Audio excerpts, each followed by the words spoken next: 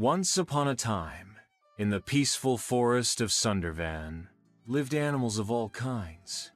Deer, monkeys, parrots, and among them, Guy, the gentle cow, and Balu, the mighty bear. Both were known in the forest, but for very different reasons.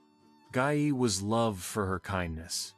She helped the old turtle cross rivers, gave milk to hungry cubs, and never harmed a soul.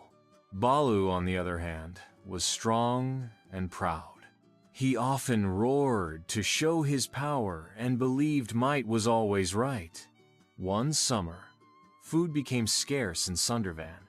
The animals gathered to discuss how to divide the remaining food. Guy suggested, "Let's divide it equally. Even the smallest among us deserves to live."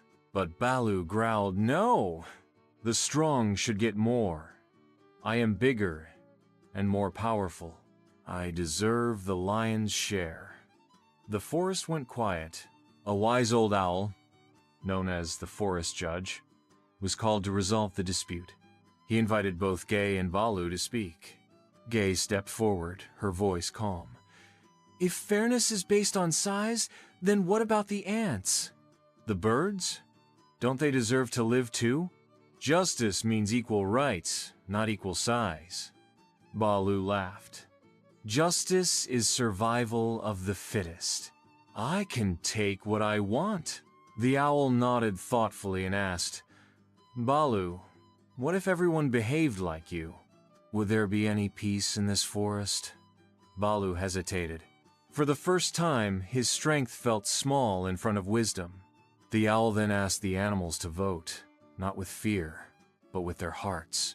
One by one, the animals chose Guy's way. Even the tiger, who once sided with Balu, quietly raised his paw for fairness.